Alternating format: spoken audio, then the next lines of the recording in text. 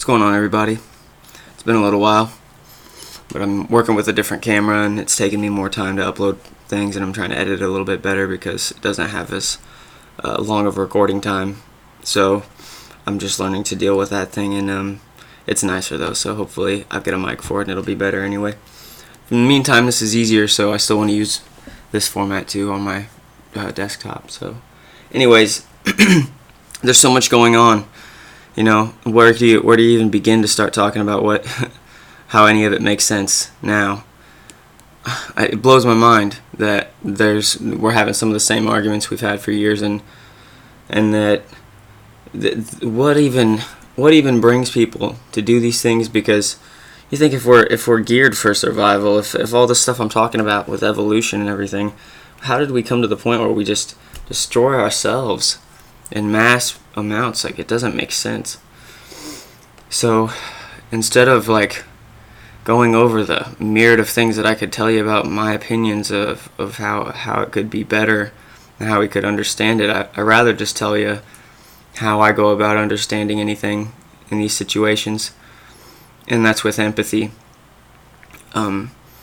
Forgiveness is something that's hard to learn, but it's a practice, I believe, and I don't know if you call it a virtue. I guess that's what it is. And I had the same best friend for a long time, and when you grow up as kids, you do stupid stuff to piss each other off all the time, and when you've got no one else to hang out with, you learn to forgive each other, and just for the sake of not losing the friendship. And over the course of my life, I've witnessed so many times friendships ending over things that were not a big deal, not as big a deal, not a big enough one to end a really possibly long-lasting friendship over. And I've come to that conclusion many times, and the way I do that, and the way I think anyone does that, is by putting themselves in the position of that person. You know, you admit first off you can't know what it's like to be someone else, so you do your best to imagine, and surprisingly enough, you can come up with some pretty insightful stuff thinking about what it's like to be someone else, some possible identifiability. You know, I've never been, mistaken when I think about the hardship that I assume walking in someone else's shoes. I've only ever underestimated it. You know, it's not like I've had a lot of I want to say foreign, but just diverse friends, because they were American, but they were from different places, and that was through working at the Walmart.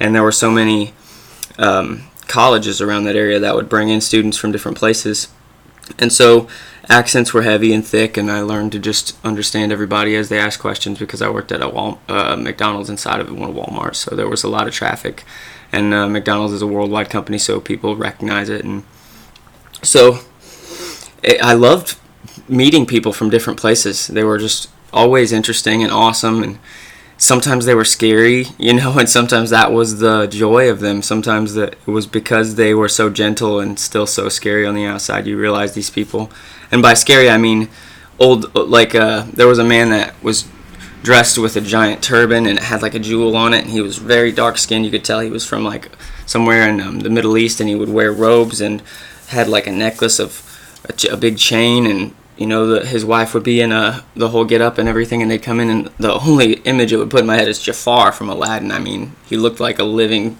version of Jafar, and that scared me because of Aladdin, probably.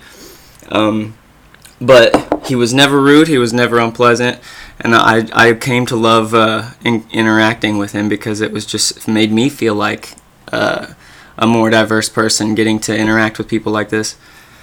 And so what I would do is, as anyone, for anybody, you just try your best to think of how it would be, to try and think of how could a person come to do that thing, because we're all kind of based on the same general hardware. It's like we all have hearts, and we all have minds, and we all have these nervous systems and perceive the way we do individually, and we just are subject to our environments and all kinds of stuff that happens to us over the course of our life, and what we're indoctrinated with when we're young and everything.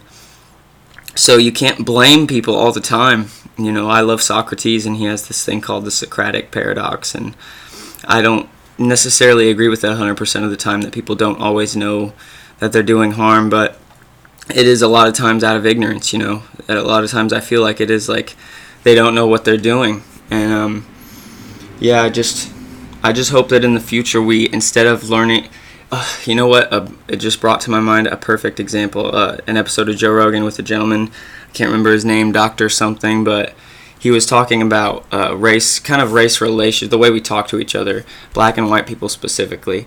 And he was saying we always are defending it from a perspective of first person, which is the only way we know how to, right? Like, I can only tell you what it's like to be a white person, and though I don't believe I have, you know, I don't believe I'm privileged because I've never gotten any bonuses from being white, but the fact that I grew up in a house home that I was supported and with a family, and that I've never faced starvation or hardship or had to join a gang or anything, that is an innate privilege of being white. I can see that as being something that I've been blessed with, and we're not rich, you know, by any means, but I never had to suffer. And that if I had a lot of brothers and sisters, that might not have been the case. Because I'm an only child, it works well in my condition. So I feel for people that have brothers and sisters. I feel for people. I mean, I know how expensive I was because I ran my parents out of money multiple times. You know, I remember the times that they could afford to buy me things, and then the times that it would be cut off. And I remember, you know, just being like, what happened? I didn't understand. So I had to face the reality at some point that money didn't come from nowhere, and that it wasn't mine to have, and it wasn't a privilege. So since then, you know, I don't do so well. I mean, no longer is anything that in my background, no longer is it affecting me. I've been working for over 12 years in food, and never gotten higher up than a management position, usually because I had really long hair. I don't kiss ass. Like, I give credit where credit's due, but I'm not going to be an asshole to my inferiors, because what would you call those inferiors? The people that work below you, just because you're supposed to have a heartless, you know, emotionless attitude towards business. You know, it's like, I feel too much for people, and I realized that at some point, probably around like year 6. So I quit trying to be, you know, into management and corporate, because I'm like, I don't have the heart for it. You got to do too much shit that I can't deal with. So, but on a side matter, just dealing with so many people, coming into contact with so many people over the course of those times that had this is where that video editor is going to come in handy, as I'm fucking up off on a crazy trail. But the guy on Joe Rogan, the point that he makes is that when we defend the perspective, when we defend each other, that's when it becomes important. That's when we draw an ideal. We're making it look like racism when we're trying to do what's right, and we're trying to speak from our experience as a human being of what we know. But a lot of times we end up just trying to making it look like we're one-upping each other with our race knowledge. Like if we only defend it from our perspective, then you can't draw a line that we share, a philosophical ideal that we share together in your mind. There's no perspective that we're looking forward to. And I don't know how to explain that well, but imagine what happens if I defend my fellow African American that stands next to me. I don't even think of African American. That's just a person to me. Like, I've used the word black more than I've ever used African American, but my black friends have used the words black. So I just, in the company of them, I use their vernacular.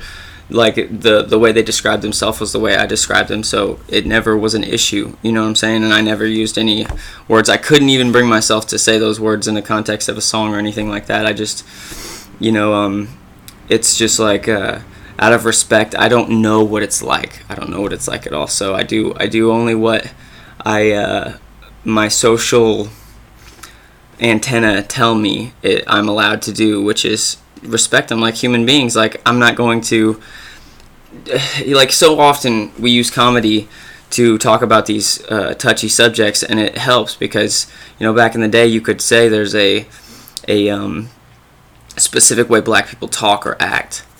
But the stories that I've told people over time is, I have friends, people that I've met, and I won't tell you names, but because I don't want to single people out, but I have white friends and black friends that I've met at McDonald's, and I knew for years.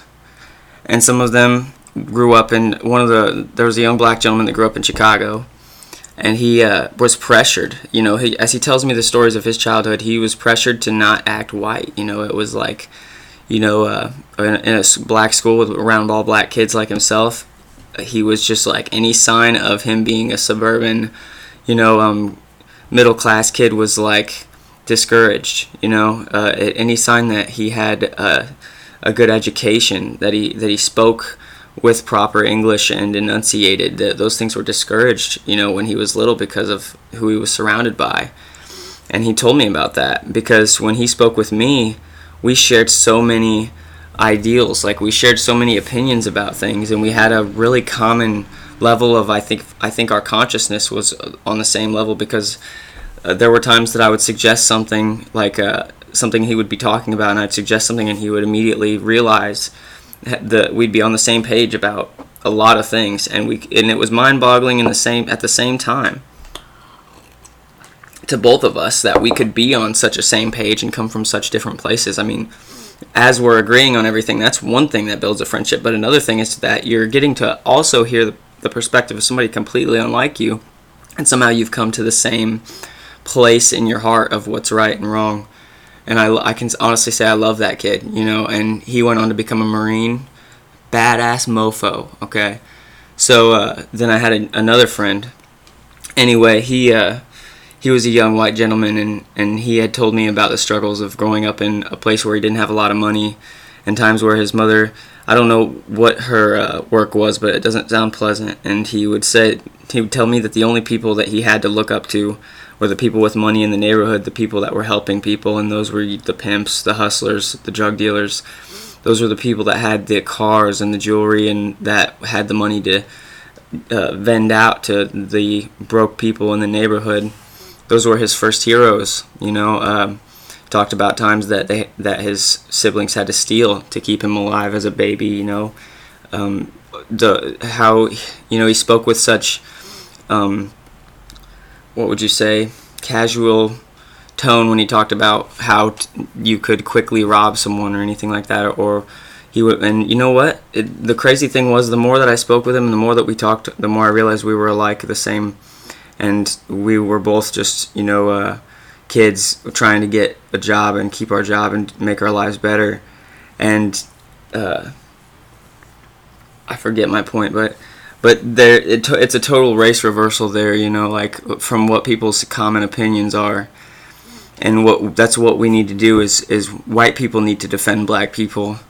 Black people need to defend white people. We need to defend each other, and all races need to defend each other, because that's where we build an intellectual ideal. That's where we build a society that says, we're not arguing from the perspective of white or black or Chinese or anything. We're arguing from the perspective of a human being that wants to share this thing that's just, right here, everybody should be like treated the same, like this.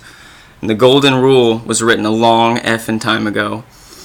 So, that's what I'm going to do, is I'm going to defend those that don't look like me, that, even might not like me. I'm going to use my voice to stand up for people that I don't know anything about their situation, because that's how I draw a line above us both and say, this is what we're reaching for up here. It's not how good of a white person can I be, how good of a black person can be, how much can we mediate our relationships. No, how do we draw an invisible, like a Socratic ideal that's like beyond everything that we're just reaching for together as a human race, you know what I'm saying? And at the same time, we can celebrate our differences. We don't have to forget that they exist. We can just call them their culture, their character. Without them, what kind of place would the world be? So I think I just took a picture by accident. Whatever. But thanks for listening, guys. I'm gonna talk about a couple other things pretty soon. So stick around, bro.